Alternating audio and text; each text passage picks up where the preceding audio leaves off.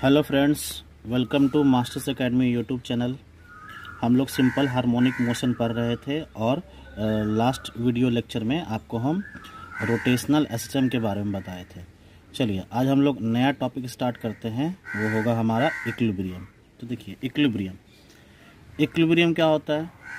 तो इक्विलिब्रियम का मतलब लिटरली हम कह सकते हैं F net is equal to zero. For example ये आप पेन देख सकते हैं, पेन ये अभी बिल्कुल ही स्टेबल है, विराम अवस्था में है और इस पर किसी भी तरीके का कोई फोर्स इस पर नहीं लग रहा है। इसका मतलब हम कह सकते हैं कि ये अभी इक्विलिब्रियम पोजीशन में, मतलब कि एफ नेट इस पर जीरो है।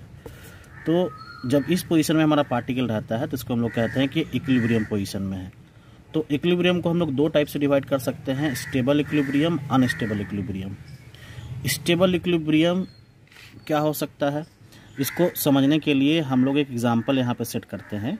जैसे कि आप देख सकते हैं ये कटोरा है, कटोरा बाउल, इसको हम बाउल कहते हैं, कटोरा।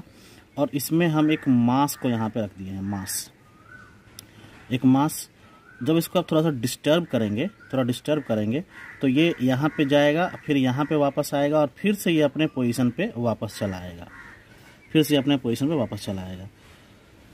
जिसको हम लोग कह सकते हैं if particle is disturb then it will regain its state. वो अपने स्टेट पे, अपने पोजीशन पे दोबारा चला आएगा। तो इसे हम क्या कहेंगे कि स्टेबल इक्विलिब्रियम कहेंगे। मतलब कि जब पार्टिकल को डिस्टर्ब करने के बाद फिर से वो अपने पुराने पोजीशन पे चला आए तो उसको हम लोग कहेंगे स्टेबल इक्विलिब्रियम।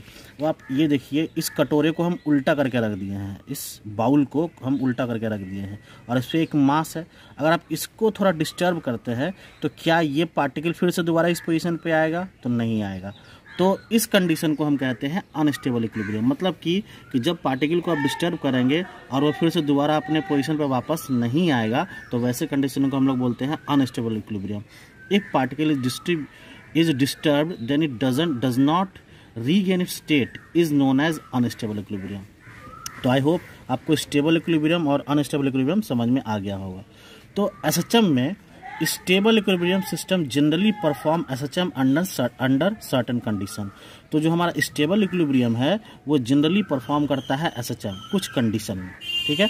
अनस्टेबल इक्विलिब्रियम कभी भी एसएचएम परफॉर्म नहीं कर सकता है, जनरली स्टेबल इक्विलिब्रियम ही एसएचएम परफॉर्म करता है। तो हम लोग एक एग्जांपल लेके हम प्रूव करते हैं यहाँ पे कि ये किस तरीके से स्टेबल इक्विलिब्रियम एसएचएम परफॉर्म करेगा। तो उसके लिए हम लोग क्या लेते हैं, एक हेमिस्फेरिकल बाउल मतलब कटोरा जो कि फ्रिक्शनलेस होगा, इस पर किसी भी तरीके का कोई फ्रिक्शन नहीं लगेगा, of radius R, capital R, and particle in it with mass M. और इस कटोरे के अंदर में एक पार्टिकल है, या पार्टिकल देख सकते हैं, उसका मास क्या है, एम है। तो अब देखिए इसको हम सेंटर माने हैं, सेंटर, और ये रेडियस है हमारा आर। इसमें हम इस पार्टिकल को लिए, आप सोचिए कि अगर हम इस पार्टिकल को थोड़ा डिस्टर्ब किए तो ये पार्टिकल यहाँ पे चला आया। तो जब ये पार्टिकल यहाँ पे चला आएगा तो हम कह सकते हैं कि ये थीटा एंगुलर डिस्प्लेसमेंट कवर किया है।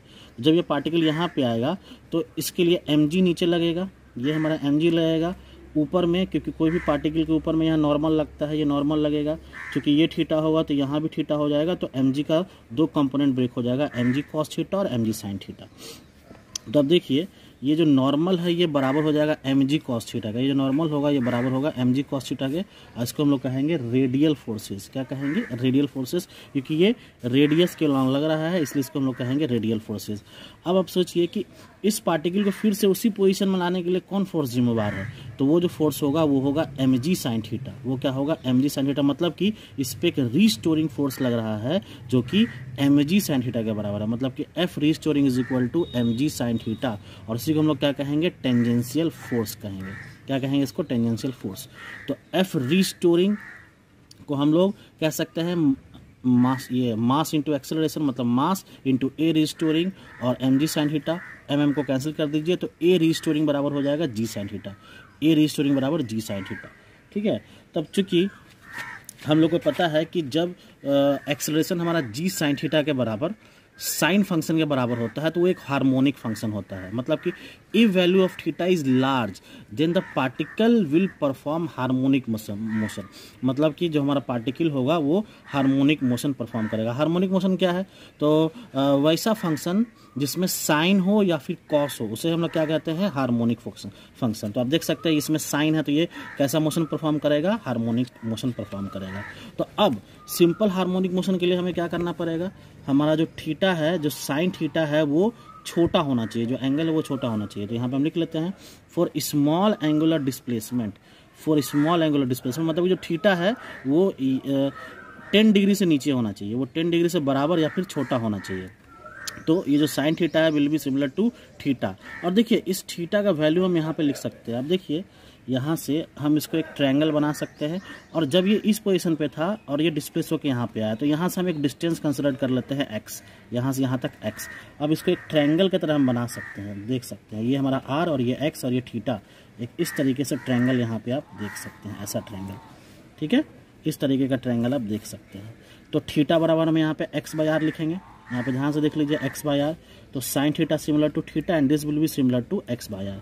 तो a रिस्टोरिंग बराबर g साइन थीटा होता है। आप यहाँ पे देखिए a रिस्टोरिंग बराबर g साइन थीटा, तो साइन थीटा का जगह पे सिर्फ थीटा हो जाएगा। तो a restoring is similar to theta and theta और will be similar to x/r। मतलब कि a restoring is equal to g into x/r। g into x/r, जैसे ही रिस्टोरिंग को आप हटाते हैं तो ये क्या हो जाएगा? -g x/r। Hence it will execute SHM for small angle theta. अब चूंकि हमें पता है a is equal to -ω²x, तो ω² बराबर हो जाएगा g/r और omega will be equal to √g/r। और f का वैल्यू कितना हो जाएगा? 1/2π √g/r और t is equal to 2π √r/g। तो इस तरीके से हम लोग प्रूव कर लिए हैं कि किस तरीके से हमारा स्टेबल इक्विलिब्रियम SHM एग्जीक्यूट कर सकता है। ठीक है, तो चलिए अब हम लोग एक दो क्वेश्चन देख लेते हैं, और क्वेश्चन में हम लोग देखेंगे कि किस तरीके से वो SHM परफॉर्म कर सकता है। क्वेश्चन में हम क्या देखते हैं कि एग्जांपल सेट करते हैं कि मान लीजिए कि एक सिलेंडर है, एक सिलेंडर है सॉलिड सिलेंडर ऑफ डेंसिटी ρ0, और इसका जो डेंसिटी है ρ0। ठीक है, और ये फ्लोट कर रहा है, किसमें? एक लिक्विड में फ्लोट कर रहा है। होता है ना कि पानी के अंदर आप सिलेंडर नुमा स्ट्रक्चर को डालिएगा तो थोड़ा सा वो अंदर चला जाएगा। तो लिक्विड, और ये जो लिक्विड है उसका डेंसिटी है ρ। सॉलिड सिलेंडर का डेंसिटी है ρ0 और लिक्विड का डेंसिटी है ρ, और इस टोटल सिलेंडर का जो हाइट है वो है h, और जो जितना पानी में वो डिप किया हुआ है सिलेंडर उसका हाइट है x। अब सवाल है what fraction of height is immerse in liquid. तो क्वेश्चन पूछा जा रहा है कि कितना फ्रैक्शन ऑफ हाइट जो है वो पानी में या फिर लिक्विड में इमर्स किया हुआ है, अंदर में डिप किया हुआ है। दूसरा सवाल है if cylinder is slightly disturb. अगर आप सिलेंडर को ऊपर से स्लाइटली डिस्टर्ब कर देंगे, इस तरीके से ऊपर इसको इस तरीके से डिस्टर्ब कर देंगे वर्टिकल डायरेक्शन में, तो then prove that in vertical direction then prove its SHM and find time period and frequency. मतलब कि अगर आप सिलेंडर को थोड़ा सा डिस्टर्ब करेंगे वर्टिकल डायरेक्शन में तो आपको प्रूव करना है कि SHM एग्जीक्यूट करेगा कि नहीं, और टाइम पीरियड और फ्रीक्वेंसी आपको बताना है।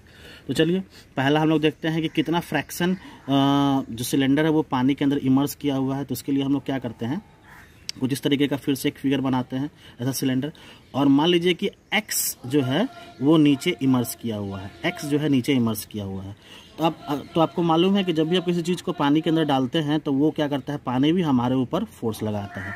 तो लेट अस सपोज कि ये जो है इसका सेंटर ऑफ मास है, सिलेंडर का ये जो है सेंटर ऑफ मास, तो सेंटर ऑफ मास से नीचे mg लगेगा, और इसके अपोजिट डायरेक्शन में एक फोर्स लगेगा पानी के द्वारा, और उसको हम लोग क्या कहेंगे, बुएंट फोर्स। क्या कहेंगे, बुएंट फोर्स। ठीक है, और ये जो बुएंट फोर्स है वो बराबर होगा हमारे mg के, buoyant force B will be equal to mg।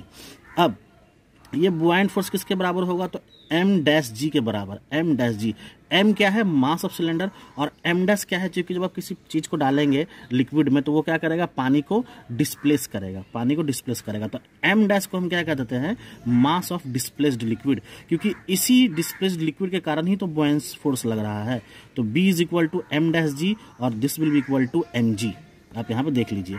अब ये कितना मास को डिस्प्लेस कर रहा है, तो मास निकालने के लिए आपको हम फॉर्मूला बता चुके हैं लास्ट क्लास में। Mass is equal to volume into density, mass is equal to volume into density. ठीक है। और वॉल्यूम किसके बराबर होगा, A into length, area into length. तो वॉल्यूम, एरिया और लेंथ कितना है, कितना ये पानी कितने डिस्टेंस तक पानी को इमर्स किया गया है, डिस्प्लेस किया है, तो x, तो a इंटू एक्स। और इसका डेंसिटी कितना है पानी का, वो है पानी या फिर लिक्विड, वो है रो।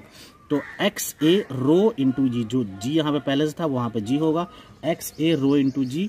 और एम जी का क्या मतलब हुआ, ये सिलेंडर के बारे में कह रहा है, तो ये टोटल हाइट इसका h है, और a और फिर रो नॉट इसका डेंसिटी, और फिर इंटू जी।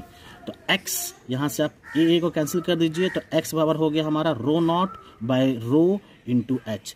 अब कितना फ्रैक्शन इमर्स किया हुआ है ये बारे में बताना है, तो फ्रैक्शन इमर्स को हम लोग f कहते हैं, f x by H, x by total h। तो x का वैल्यू आप यहाँ पे डाल दीजिए, रो नॉट h बाई रो और इंटू एच। तो कैंसिल होने के बाद हमारा वैल्यू कितना आ जाएगा, रो नॉट बाई रो, मतलब कितना फ्रैक्शन इमर्स किया हुआ है, रो नॉट बाई रो। ठीक है। इसी तरीके से हम लोग दूसरा सवाल बना सकते हैं कि किस तरीके से एसएचएम एग्जीक्यूट कर रहा है। तो एसएचएम एग्जीक्यूट करने के लिए हम क्या करते हैं, इसको थोड़ा सा प्रेस करते हैं नीचे में, सिलेंडर को जरा सा प्रेस कीजिएगा। तो मान लीजिए कि हम वाई प्रेस किए, नीचे में वाई प्रेस किए, ठीक है। तो जैसे ही आप वाई प्रेस करेंगे, when cylinder is disturb in downward direction then the buoyant force will be increase. जैसे कि आपको मालूम है, जैसे कि आप किसी चीज़ को पानी में रखते हो, उसको आप उंगली से दबाते हैं या फिर उसको फोर्स लगाते हैं, तो पानी के द्वारा भी हम पे फोर्स लगता है। तो अब सोचिए कि जब इसको आप प्रेस कीजिएगा तो ये वाई नीचे आएगा, तो इसका सेंटर ऑफ मास भी वाई नीचे की ओर चला जाएगा, और जो बुआयंट फोर्स होगा वो ऊपर की ओर लगेगा, और वो mg से ज़्यादा हो जाएगा, और वो mg से ज़्यादा हो जाएगा, क्योंकि आप देख सकते हैं when cylinder is disturb in downward direction then the buoyant force will be increase. तो एफ रिस्टोरिंग कितना हो जाएगा हमारा, एफ रिस्टोरिंग, क्योंकि इसको आप नीचे करते हैं तो ऊपर की ओर रिस्टोरिंग फोर्स लगेगा, तो वो होगा हमारा buoyant force minus mg, buoyant force minus mg। तो बुआयंट फोर्स बी डैश वो कह देते हैं हम लोग बुआयंट फोर्स। तो एफ रिस्टोरिंग बराबर m डैश जी माइनस mg, जो यहाँ पे आप देख सकते हैं m डैश जी। तो m डैश जी माइनस mg, m डैश क्या है, मास ऑफ डिस्प्लेस्ड लिक्विड। तो पहले से x डिस्प्लेस था, अब y डिस्प्लेस हो गया, तो यहाँ पे x plus y A rho g minus ये सिलेंडर का mass h A rho not g, h A rho not g. तो एफ रिस्टोरिंग बराबर h A rho g plus y A rho g minus h A rho not g. चूंकि हमको पता है h A rho g is equal to h A rho not g is equal to x A rho g. तो हम इसके जगह पे हम इस वैल्यू को पुट कर देंगे, इस वैल्यू को पुट कर दिए, आप देख सकते हैं इस वैल्यू को पुट कर दिए, ये वैल्यू कैंसिल आउट हो जाएगा। इसका मतलब एफ रिस्टोरिंग जो है वो वाई ए रो जी हो जाएगा, वाई ए रो जी। तो हम यहाँ से ए रिस्टोरिंग निकाल सकते हैं, ए रिस्टोरिंग निकाल लीजिए, ए रिस्टोरिंग बराबर Y mass A restoring Y A rho जी, फिर ए रिस्टोरिंग बराबर आप इसको डिवाइड दे दीजिए, क्योंकि मास का वैल्यू आपको मालूम है, कैंसिल कर दीजिए। कैंसिल करने के बाद हमारे पास वैल्यू आ जाएगा a restoring is equal to rho g y by rho not into h, rho g y by rho not into h. और ए बराबर रिस्टोरिंग को हटा दीजिए, minus rho g by rho not into h into y, hence it will perform SHM. तो इसको हम लोग prove कर चुके हैं कि एसएचएम प्रूव ये एग्जीक्यूट कर सकता है। आप उसी तरीके से ओमेगा स्क्वायर का वैल्यू निकाल लीजिए, तो omega will be equal to root under rho not g by h, f is equal to 1/2 pi root under rho by rho not into g by h, t is equal to 2 pi root under rho not by rho into h by g. तो इस तरीके से हम prove कर चुके हैं कि ये जो हमारा सिलेंडर है ये एसएचएम एग्जीक्यूट करेगा। आई होप कि आपको समझ में आ रहा होगा। अगर नहीं समझ में आ रहा है तो कमेंट बॉक्स में आप पूछ सकते हैं कि कहाँ पे समझ में नहीं आया। बाकी हम लोग कुछ और भी क्वेश्चंस देखेंगे नेक्स्ट लेक्चर में। Thank you.